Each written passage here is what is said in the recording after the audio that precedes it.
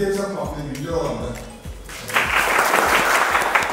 제가 이제 이 업계에 있으면서 많은 컨텐츠도 만나보고 전업자도 만나봤는데 정말 놀라웠던 건 뭐냐면 말도 안 되는 단타 치는 친구가 있는데 제 주위에 하나가 어마어마한 부를 이뤘죠. 지금은 어떤 분을 만났더니 같이 투자를 하는데 도저히 인간으로서 저도 뭐 그렇게 들어서 오래 갈 수 없어요. 제가 봤을 때는 그 중간중간에 저 어떻게 견디지? 우리는 그 생각 할 수 있다고. 근데 제가 내린 결론은 각자 뭔가 갖고 있는 성향이 다르다는 거예요. MBTI가 되는 게 아니죠. 인간의 어떤 문제가 뭘까 하다가 제가 이제 몇 군데 뒤지다 보니까 호르몬이라는 게 매우 중요하다는 걸 알았어요.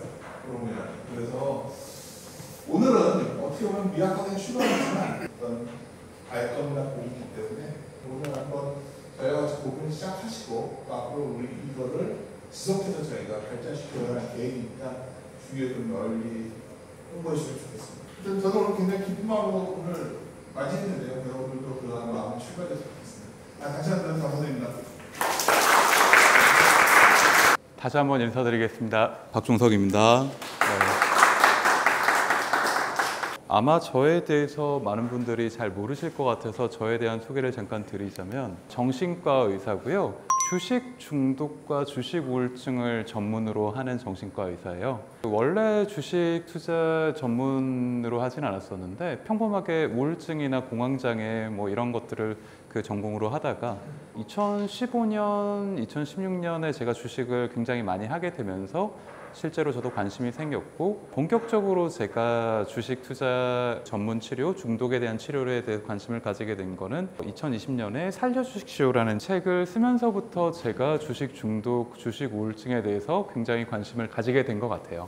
저희가 어떤 사람인지에 대해서 약간 쓸데없이 길게 설명드리는 이유는 여러분들과 제가 2시간에서 2시간 반 정도 어떤 강의 혹은 세미나 토론회를 할 건데 어쩌면 이게 굉장히 지루할 수도 있고 재미가 없을 수도 있습니다. 이런 어떤 강의나 세미나가 여러분들한테 시간 낭비가 되지 않기 위해서는 여러분들이 첫 번째로 재밌으셔야 돼요. 재밌으려면은 제가 어떤 사람인지 여러분이 아시고 그리고 관심이 생기셔야 돼요. 그리고 기본적으로 이 사람에 대한 궁금증, 이 사람이 무슨 얘기를 하려는 건가, 그리고 우리는 오늘 모여서 어떤 얘기를 하려는 걸까, 이런 거에 대한 어떤 집단 의식과 교감, 공감이 있어야 사실 오늘의 이 2시간 반이 굉장히 의미 있는 시간이 될 것 같다는 생각이 듭니다. 그리고 여러분들은 지금 퇴근하시고 온 상태라 기본적으로 집중력이 좀 떨어져 있으세요. 아침에 출근할 때는 도파민과 약간 에너지가 집중력이 높은 상태였는데 지금쯤이면 이제 집에 퇴근해서 야구나 틀어놓고 저녁 드셔야 될 시간일 텐데 시장도 하시고 집중력도 떨어져 있고 굉장히 제가 뭐 정말 오래 명강의를 하지 않는 한 대부분 재미없으실 거예요. 제가 굉장히 알려진 방송인도 아니고 여러분들은 대부분 저를 모르시겠지만 그렇기 때문에 저는 이 시간이 더 의미가 있다고 생각합니다. 그래서 여러분들이 오늘 뭐 제가 특별히 모르는 걸 여러분들한테 가르쳐주는 그런 시간이 아니라 경제에 관심이 있고 심리에 관심이 있고 멘탈에 관심이 있는 사람들 20명이 모여서 정신과 의사를 가운데 묻고 그룹 토의를 한번 해본다. 나도 얘기를 할 수 있고 얘기를 들을 수 있고 내가 저 사람이 얘기하는 게 틀릴 것 같으면 중간에 질문도 하고 교정도 해주고 그런 어떤 동호회 같은 느낌으로 오늘 강의를 진행하고 싶어요. 저는 경제 전문가가 아니에요. 네, 아시다시피 윤지호 대표님처럼 경제를 굉장히 오랫동안 공부해본 경제 전문가가 아닙니다. 오히려 여기 앉아 계신 여러분들이 경제나 회계, 재무에 대해서는 저보다 훨씬 더 선배님들이시고 더 잘 알고 계실 수도 있어요. 근데 제가 오늘 가르쳐 드리고 싶은 건 뭐냐, 경제에 대해서 그리고 재무에 대해서 회계에 대해서 전혀 모르는 사람이 아무 두려움 없이 어떤 걱정 없이 조심성 없이 주식을 했다가 저는 어떻게 정말 힘들었고 우울증에 걸리고 그런 사람들이 어떻게 좌절하는지 제가 겪어봤거든요. 그래서 그런 내용을 책으로 썼습니다. 살려주십시오라는 책인데요. 제목이 되게 되게 관종스럽죠. 네, 출판사에서 그렇게 적어준 책인데요. 저 책의 내용은 하나도 특이할 게 없어요. 사람들이 저 책에 대해서 굉장히 관심을 많이 보여줬고 저 책을 되게 사람들이 재밌게 읽었어요. 글을 잘 써서였을까요? 아니에요. 저 책이 제가 실제로는 글을 되게 못 쓰고 뭐 별다른 내용이 들어있지도 않은데 저 책이 생각보다 사람들이 굉장히 좋아했던 거, 재밌어 했던 거, 많이 팔린 이유는 하나밖에 없습니다. 아, 정신과 의사도 바보구나. 주식을 하면 돈을 잃는구나. 하나도 나랑 다를 게 없구나. 라는 게 사람들한테 위로가 됐기 때문이죠. 저 책이 나온 건 21년 5월이에요. 2021년 5월. 사람들이 2020년 3월에 그때 코로나로 인해서 주식이 완전 박살이 났고 그때 1,400까지 떨어졌죠. 그런데 2021년 5월 정도면 어느 정도 회복이 돼서 굉장히 상승장의 초입에 들어왔던 시절입니다.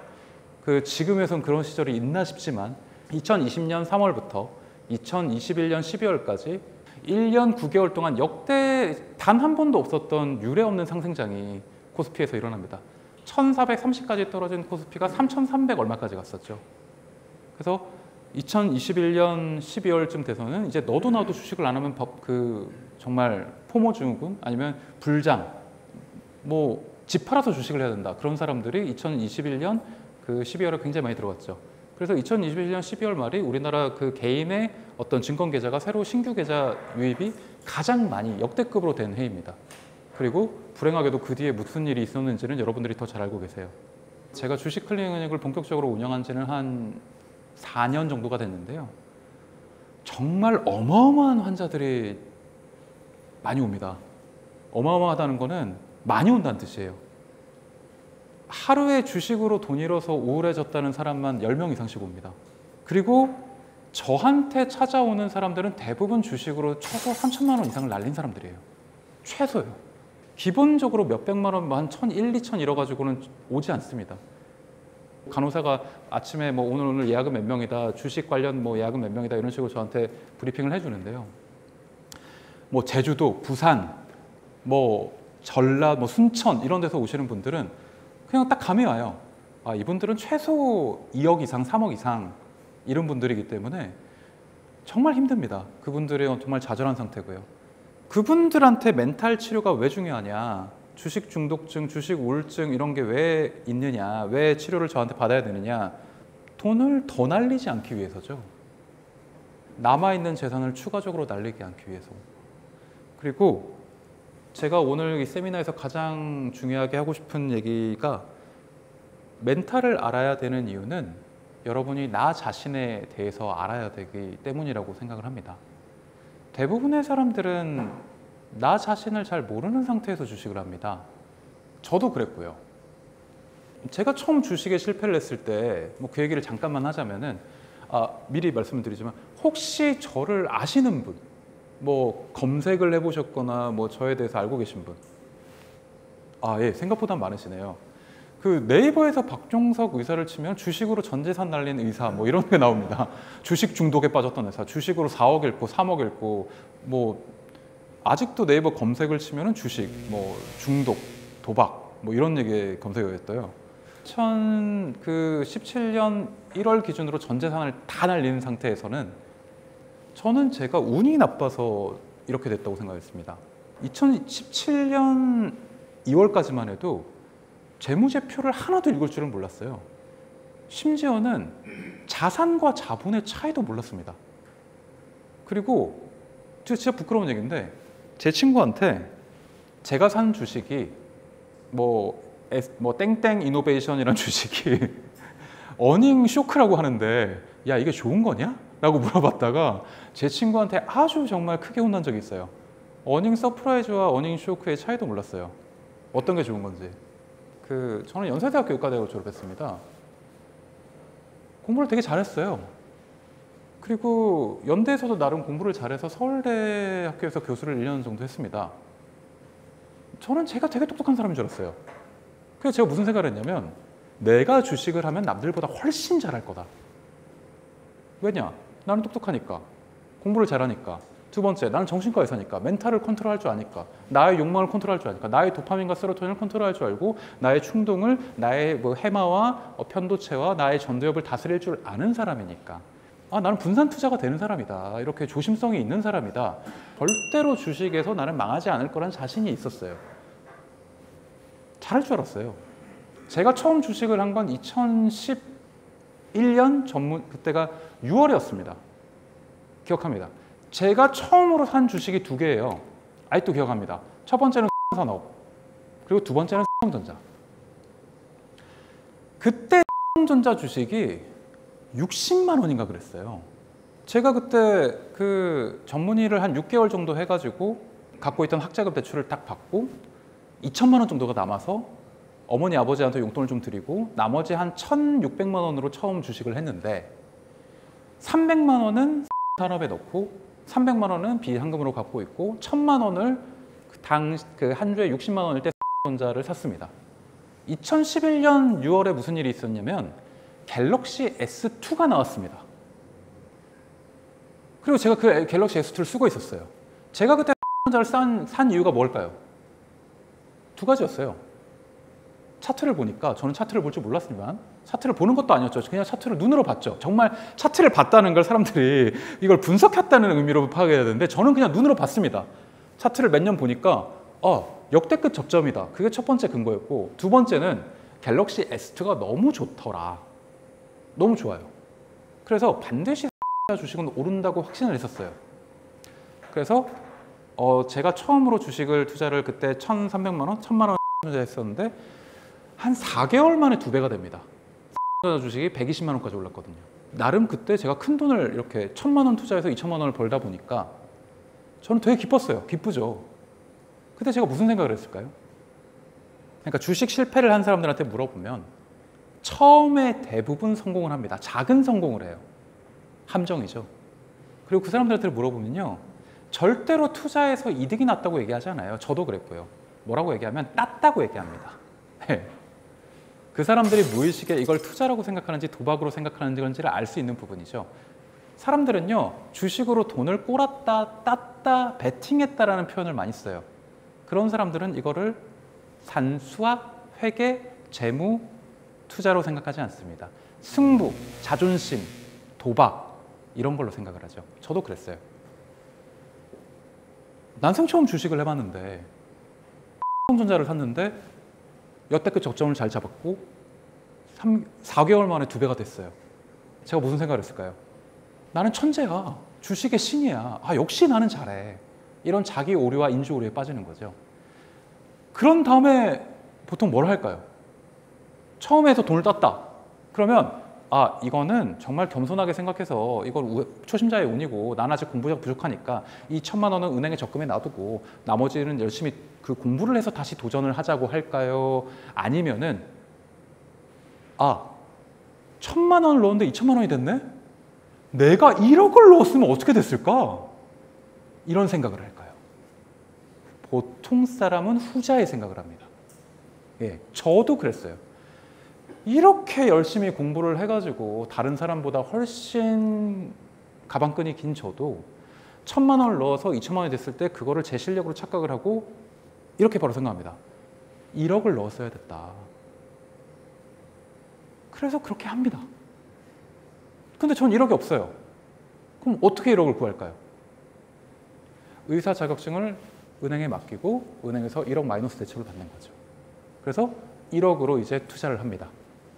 그럼 전자에 다시 할까요? 아니죠. 전자로 해가지고는 100%밖에 못 먹으니까 전자보다 훨씬 300%, 400% 먹을 수 있는 주식을 도전을 하는 거죠. 테마주, 바이오주, 코스닥 잡주 이런 것들이죠. 그래서 제가 몇 번의 어떤 제 나름의 시행착오를 거쳐서 뭐 여러 가지 바이오주도 하고 줄기세포주도 하고 이런 걸 통해서 자신감을 얻게 돼요. 중간에 여러 번 작은 실패도 있고 큰 실패도 있고 여러 번에 왔다 갔다 하면서 이제는 드디어 내가 주식을 투자를 좀 열심히 해봐도 되겠다고 생각을 해서 그때가 2014년입니다. 한 3년 정도 저의 시행착오를 거친 후에 제가 서울대병원에 들어가기 직전에 제가 1억을 연끌을 해가지고 이노베이션 주식을 사요. 한 종목에 몰빵을 합니다. 2014년 정확히 언제인지는 모르겠어요.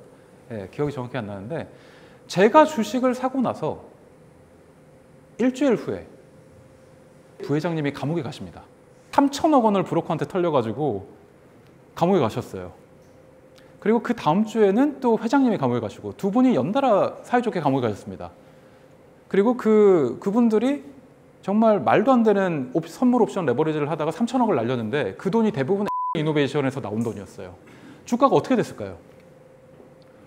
저는 그때 시가총액이 거의 10위권, 20위권 되는 주식이 그렇게 빨리 3분의 1 토막이 나는 건 처음 봤어요. 죄송합니다. 최근에 있었군요. 예, SG 사태. 예. 아무튼 10위권 주식이 그렇게 빨리 반토막이 나고 그렇게 빨리 3분의 1 토막이 나는 건 처음 봤습니다. 그래서 몇 개월 지나서 정말 4분의 1 토막까지 났을 때 그때가 2015년 1월인가 그랬을 거예요. 너무너무 마음고생이 심했고 제가 1억을 그렇게 모았는데 그게 4분의 1 토막 정도가 나니까 너무너무 속상해서 제가 2025년 1월에 마음 수련을 하기 위해서 대자연을 보기 위해서 미국 그랜드 캐년에 갑니다. 거기서 명상을 하고 수행을 배우고 어떤 뭐 요가도 배우고 마음을 달래고 오면은 제가 다시는 도박을 이렇게 공격적으로 하지 않겠지, 충동적으로 하지 않겠다는 생각을 해요. 그리고 2015년 3월에 이제 서울대병원 교수직을 제가 제안받아서 그걸 들어가기 전에 제가 이노베이션 주식을 다 팔고 들어갑니다. 왜냐면은 더 이상 이거에 제 마음을 뺏기지 않기 위해서 나는 이제 본업에만 집중하겠다. 원래 나의 모습으로 돌아오겠다. 내 멘탈을 이제 안정적으로 다시 찾겠다. 그래서 제가 그때 정확하게 기억이 나는 게 이노베이션 주식을 7만 원인가 그때 다 털었어요. 제가 얼마에 팔았더라? 얼마에 샀더라? 한 21만 원에 샀던가? 아무튼 결국 4분의 1 토막까지 내려갔는데 조금 올라와서 그 2015년 3월에 다 털었어요. 이제 서울대 들어가서 열심히 한 2달 정도 열심히 일을 하고 5월인가 6월인가 그때 주식에 대해서 모든 관심을 끊었을 무렵 네이버에서 일면 기사로 회장 석방 기사를 보게 됩니다. 너무 놀랐어요. 3개월 동안 주식을 아예 잃고 살았는데 회장님들이 이제 석방이 되신대요. 그렇게 안 나오던 회장님들이 그 2분 회장님들이 보석금도 거부를 했어요. 나는 잘못한 게 없다. 투자에 실패했을 뿐이다. 그래서 나는 우리나라 재벌 총수 중에 최장기만 감옥에 계셨던 분들입니다. 나는 잘못한 게 없기 때문에 비겁하게 보석금을 내지 않겠다. 그래서 주가 방어가 전혀 안 됐죠. 그래서 제가 7만 원에 팔았던 주식이 제가 팔고 얼마였더라? 한 또 3, 4개월 만에 아주 빨리 15만 원까지 회복이 됩니다. 그걸 보고 제 마음이 어땠을까요? 미치는 거죠. 제가 그때 원금 1억으로 결국 그때 건진 게 3천만 원이었거든요. 근데 이걸 가만히 두기만 했어도 원금의 반본전 회복이 됐을 텐데 그래서 제가 팔았을 때랑 비교해 보니까 벌써 2배 가까이 오른 거예요. 그러면 한 3천만 원 차익이 생기죠. 제가 그때 서울대병원 한 달 월급이 얼마였는지 아세요? 서울대병원 막내 교수 월급은 340만 원이었습니다.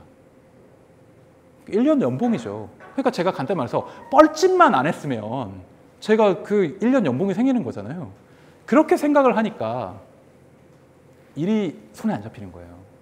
그래서 다시는 주식을 안 하겠다 생각을 했는데 그걸 보고 눈이 돌아서 2015년 9월에 다시 주식을 하게 되죠. 아무튼 제 얘기는 여기서 잠깐 멈추고 나머지 이어가기로 하겠고요. 이제 제가 어떤 사람인지는 여러분들이 이제 조금 알게 되어서 이제 저에 대한 관심이 조금은 생겼을 겁니다. 그래서 이제 강의를 한번 이어나가 보자면 우리가 돈을 잃는 이유는 사람들이 운이 없다, 내가 초보다, 내가 조금만 공부할 수 있으면 난 99수가 될 수 있을 거라고 착각을 하는데 제가 생각할 땐 뇌 훈련 트레이닝이 되지 않았기 때문에 우리는 돈을 잃는다고 생각을 합니다. 욕망을 조절하는 보상회로라는 것이 있어요. 이게 뭐냐면 여기서부터 나와서 뇌를 한 바퀴 도는 고속도로 같은 곳입니다. 우리 뇌 호르몬 중에 도파민이라는 게 있어요. 심리 관련 서적이나 아니면 뭐 그 뇌의 어떤 뭐 알쓸 심작 정재승 그 박사님 어떤 강의를 좀 보신 분은 알고 계시겠지만 도파민이라고 하는 경우는 우리 뇌의 흑색질에서 나오는 신경 절단 물질입니다. 간단히 말하면 나의 욕망이에요. 나의 쾌감이에요. 쾌락이에요. 내가 어떤 식욕, 성욕, 수면욕, 재물욕 이런 모든 나의 욕구입니다. 그게 도파민이에요. 도파민은 누구한테나 있습니다. 아침에 일어나면 눈 뜨면 채워지는 게 도파민이에요. 욕망이 없는 사람은 한 명도 없으니까. 우리가 일어나면 도파민이 이 정도 찹니다. 도파민이 너무 과잉되면 우리가 실수를 하게 되는 거고요. 도파민이 어느 정도 중립적으로 이 정도 있어야 우리 인간은 몸을 움직이고 돌아다닐 수가 있고 우리가 일을 할 수가 있어요. 도파민이 너무 낮은 사람은 아무것도 못합니다. 그게 우울증이죠. 무기력증이고. 도파민이 아주 심각하게 낮은 사람은 몸을 움직이는 것도 못합니다. 침대에서 일어나오질 못해요.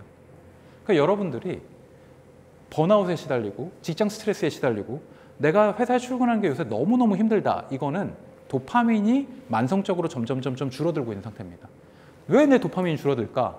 스트레스 때문에, 직장 상사와의 어떤 괴롭힘 때문에, 아니면 무기력증 때문에, 가족들과의 관계 때문에, 우울증, 공황장애, 불안장애, 강박증 이런 여러 가지 멘탈의 어떤 질환들이 나의 도파민을 점점 낮춥니다. 아니면 가족들하고 싸우고 연인과 싸우고 친구들하고 시달리고 이러면서도 도파민은 떨어질 수가 있죠. 근데 대부분의 도파민은 80에서 100 정도는 유지가 돼요. 그래야 우리가 일어나서 사회활동을 할 수 있고 대인관계 활동을 할 수가 있고 우리가 직장생활을 할 수가 있습니다. 그러니까 욕망이 적당히 있는 거는 굉장히 건강한 상태예요. 너무 지나치게 과잉되는 게 문제지만요. 이 도파민이 우리 뇌를 한 바퀴 도는 거를 욕망을 조절하는 보상회로라고 합니다. 욕망이 너무 지나치면 어떻게 될까요? 도파민이 300, 400 이렇게까지 올라가는 사람은 어떻게 될까요? 도박 중독이 되겠죠. 알코올 중독이 되겠죠. 어떤 다른 게임 중독이 되겠죠. 코인 중독이 되겠죠. 이런 거라고 생각하시면 돼요. 그런 사람들은 뇌의 어떤 욕구가 너무 지나치게 편협해지고 전두엽이 변형되고 욕망에 취해서 그걸 컨트롤하지 못하는 뇌로 변성이 된 거예요. 세로토닌이라고 하는 거는 도파민을 조절해주는 커플링 호르몬입니다. 아까 제가 말씀드렸죠. 도파민이 너무 과도하면 사람은 욕망에 따른 인생을 살게 됩니다. 너무 지나치게 충동적으로 살게 돼요. 그럼 굉장히 사람이 공격적이 되고 목소리도 커지고 화도 많이 냅니다. 감정 기복이 되게 심해져요. 근데 이 세로토닌은 도파민을 좀 살살 달래주는 거예요. 역할이에요.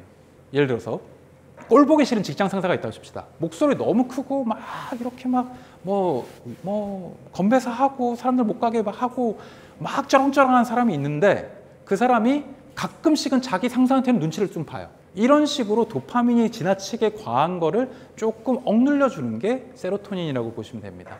세로토닌도 굉장히 중요해요. 사람들을 안심시켜주고 부드럽게 해주고 불안을 해소하는 호르몬이거든요. 그래서 이 도파민과 세로토닌의 균형이 우리 뇌의 어떤 평정심 그리고 충동 조절 그리고 우울증이 걸리지 않고 불안하지 않게 예방해주는 역할을 합니다. 투자나 경제나 이런 어떤 주식 투자에 있어서 우리가 뇌의 어떤 역할이 왜 중요하냐? 여기 편도체라는 기관이 있어요. 투자란 결국 불안과 편도체를 조절하는 게임이다라는 전 얘기를 하고 싶어요. 우리가 주식에 투자를 실패하는 가장 큰 이유는 첫 번째는 욕망, 두 번째는 불안 때문입니다. 손절하면 안 될 때 손절을 하고요. 따라잡기를 하면 안 될 때 따라잡기를 해요. 우리가 정말 말도 안 되는 주식, 하한가 따라잡기, 상한가 따라잡기를 할 때 그 주식에 대해서 알고 할까요? 재무제표 분석하고 할까요? 이번에 여러분들도 아마 관심 있으시면 다 아시겠지만 삼천리 같은 주식이 4거래일 하한가 폭락을 했다가 5거래일 때 반등을 했지 않습니까? 그때 따라잡기 하는 사람들은 과연 이 사태에 대한 정확한 분석을 하고 살까요? 아니면 욕망 때문에 살까요? 정확한 분석을 하고 사는 전문가들도 있겠죠. 근데 대부분의 초보자들은 욕망 때문에 삽니다. 이 정도 떨어졌으니까 이제 오르겠지라고 생각하는 아무런 근거도 없는 이미 추론의 오르 때문에 사요. 그리고 애초에 이번에 이슈가 됐던 주식들 외에 정말 여러분들이 얘기하는 코스닥 개잡주, 저도 마찬가지였지만 제가 예전에 그 한창 그 욕망의 노예로 살 때 샀던 장외 주식이나 코스닥 잡주는 시총이 200억이 안 되는 주식이었어요. 네. 욕망 때문에. 불안이 마비된 거죠. 이 불안을 관리하는 곳이 이 편도체인데 여기 정도에 있습니다. 귀 옆에 이 안쪽 깊숙이 있는데 이 편도체라는 거는 우리 몸을 지키는 안전망 같은 역할을 해요. 간단히 말하면 뭐라면 불이 뜨겁잖아요. 불이 뜨거운데 이걸 만지려고 다가가면 편도체가 깜빡깜빡 울립니다. 만지지 마, 위험해. 만지지 마, 위험해. 아주 말도 안 되는 주식을 사려고 클릭을 하려 치면 편도체가 깜빡깜빡 울립니다. 사지 마, 위험해. 클릭하지 마, 위험해. 너 이거 아니야. 너 이거 진짜 큰 실수다. 너 망한다. 진짜 이러면 안 된다. 편도체가 깜빡깜빡 울립니다. 근데 건강한 사람의 편도체는 잘 울려요. 근데 욕망으로 뇌가 마비됐을 경우에 편도체가 안 울립니다. 마비됩니다. 욕망이 너무 과도해서 도파민이 우리 뇌를 넘쳐버리면 편도체가 마비돼요. 겁이 없어지죠. 그러면 우리가 음주운전도 하게 되고 정말 전 재산 몰빵해서 정말 말도 안 되는 주식도 사게 되고 정말 대들면 안 되는 사람한테 대들기도 하죠. 불안이 마비됐고 공포가 마비됐기 때문이에요. 그래서 제가 하고 싶은 말은 편도체가 건강한 사람, 불안의 시그널을 잘 이해하는 사람, 내가 지금 하고 있는 거에 대한 불안을 잘 수용할 수 있는 사람만이 투자에서 성공할 수 있다는 얘기를 드리고 싶어요. 제가 주식을 한 20년 정도 했는데 팔면 항상 주가가 막 2배, 3배 오르거든요. 네. 전업이다 보니까 계속 효과장을 보다 보니까 네. 너무 후회를 많이 하는 거예요. 그러니까 네. 미련이 남고 후회가 나고 왜 팔았을까? 근데 그걸 계속 반복을 해요, 실수를. 네. 그래서 계속 실수를 반복하다 보니까 그러니까 습관적으로 조금만 팔게 되는 그런 게 있는데 이것도 어떤 신경이나 이런 쪽에 제 어떤 습관적인 건지 어떤 영향이 있는 건지 좀 궁금해요. 대부분의 그 인지 오류 때문에 그런 생각을 하게 되는데요. 사람들은 착각을 해요. 내가 팔면 오른다. 내가 산 다음에 이게 폭락을 하면 굉장히 괴로워합니다. 근데 그거는 너무 과잉 해석이에요. 왜냐하면 주식이라는 건 오르거나 내리거나 둘 중에 하나입니다. 그리고 나는 거기에 영향을 미치지 않아요. 그 현상에 대해서 이해할 수 있는 거는 내가 실수했다는 거죠. 그리고 대부분 결과론에 의해서 영향을 받아요. 아, 이거 하지 말걸. 팔지 말걸. 사지 말걸. 그때 살걸. 이게 우리를 우울증에 빠지게 하는 가장 자책으로 끌고 가는 고속도로예요. 그러니까 제일 중요한 거는요.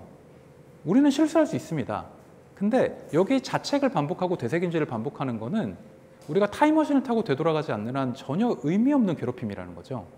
그러니까 중요한 거는요. 그 전업 투자자니까 더 잘 아시겠지만 제일 중요한 거는 내가 빨리 잊어버리는 망각 능력, 회복 탄력성이 제일 투자에 좀 중요하다고 생각합니다. 왜냐하면은 내가 내 스스로를 자책하고 자기 확신이 없으면은 내일 트레이닝도 또 실패할 가능성이 높아요.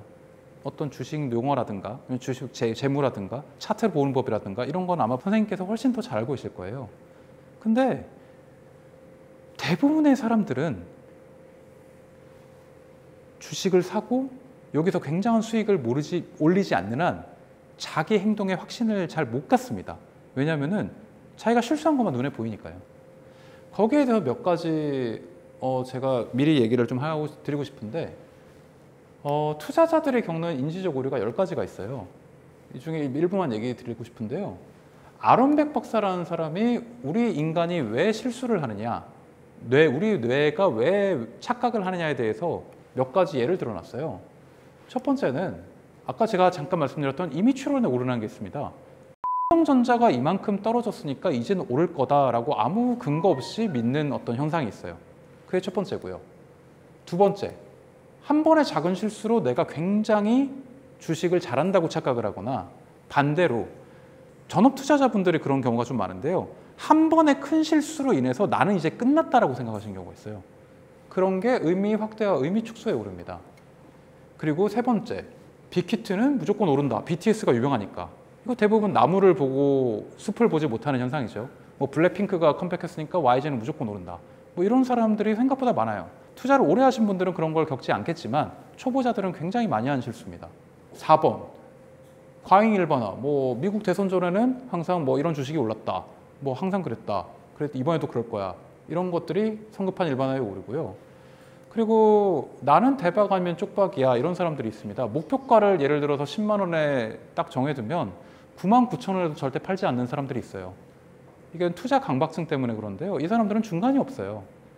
약간 주식을 자기 자존심이라고 생각을 해요.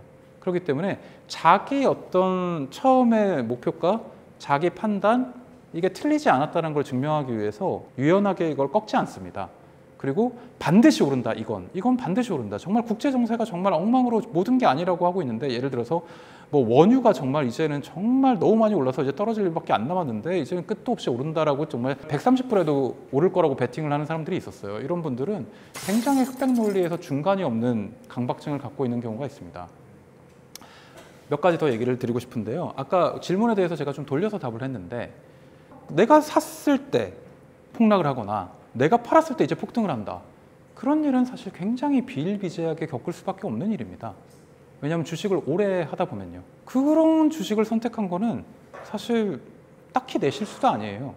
초보자분들과 전업 투자자들의 예를 좀 다를 건데 저 같은 경우는 굉장히 지금 불장일 때 네이버에서 검색어 1위인 주식을 샀습니다. 남들이 이제 다 살 거니까 다 들어올 거니까 이제 오를 일만 남았겠지. 더 잘 아시겠지만 주식 커뮤니티나 아니면 DC 인사이드 주식방이나 아니면 주식 뭐 다른 이런 방에 보면은 상한가가 하루라도 친 주식은 다음날 무조건 8시 50분에 걸어놓고 아주 잠깐이라도 오르기 때문에 무조건 손해볼 일이 별로 없다. 이런 말도 안 되는 소리가 유행했던 적도 있었어요. 지금은 절대 그게 공식이 아닌데. 그리고 뭐 이거는 진짜 말도 안 되는 건데 뭐 20일 이평선을 넘으면 무조건 파는 게 좋다. 뭐 이거는 꽤 쓸만한 거죠. 근데 그런 것도 다 어떻게 보면 사람들의 어떤 경험이 쌓여서 된 하나의 시그널일 뿐이에요. 표지자일 뿐이고. 그런 거는 사실 어떻게 보면 내가 참고만 해야지 어떻게 거기에 집착하거나 거기에 많이 휘둘리면 안 된다는 생각을 하면 됩니다. 사실 주식을 하다 보면 우울증이 겪는 분들이 되게 많아요. 왜냐하면은 항상 돈을 딸 수는 없거든요. 근데 전업 투자자분들의 경우 저한테 굉장히 많이 오시는데 그분들은 하루하루가 너무 드라마틱해요. 오늘은 제 본인 계좌에 300억이 있는데 다음 달엔 아예 없을 수도 있어요. 왜냐하면 그런 분들은 뭐 전업 투자자들 중에서도 풀 레버리지를 써가지고 옵션을 하는 분들은 이번 달에는 내가 건물이 한 채 있었는데 다음 달에는 빚이 200억 있다. 이런 걸 수도 있거든요. 대부분의 사람들한테는 저는 주식 투자를 권하지 않습니다. 처음에는. 충분히 공부가 되고 자기 컨트롤 능력이 생긴 사람한테 주식 투자를 권해요. 약간 뜬금없이 좀 멀리 가버렸지만 이 편도체 그리고 이 해마차에 대해서 이 해마차는 기억하는 공간이거든요. 어떤 때 예를 들까요? 오션이라는 주식을 샀던 적이 있었어요. 한 7천만 원치 샀었는데 지금 상폐됐습니다. 그 주식이 상한가와 하한가를 하루에 겪었던 몇 안 되는 주식 중에 하나입니다. 그래서 제가 그때 일을 하고 있었어요. 그 점심을 먹고 점심 12시 전까지 상한가가 되는 걸 봤고 되게 기분 좋게 점심을 먹었어요. 20분 만에 보니까 이게 오늘 플러스 30%였던 주식이 마이너스 15%예요. 그때 제 기분이 어땠냐면 그 핸드폰으로 그 모바일로 HTS를 하고 있었는데 핸드폰을 떨어뜨렸어요. 주워가지고 빨리 그걸 팔아야 되는데 손이 너무 떨려가지고 이거 팔 수가 없어요. 7천만 원이 들어가 있는데 플러스 30%였으면 그게 9천만 원이었다 된 거잖아요. 근데 지금 45% 날렸으니까 지금 얼마 남았겠어요.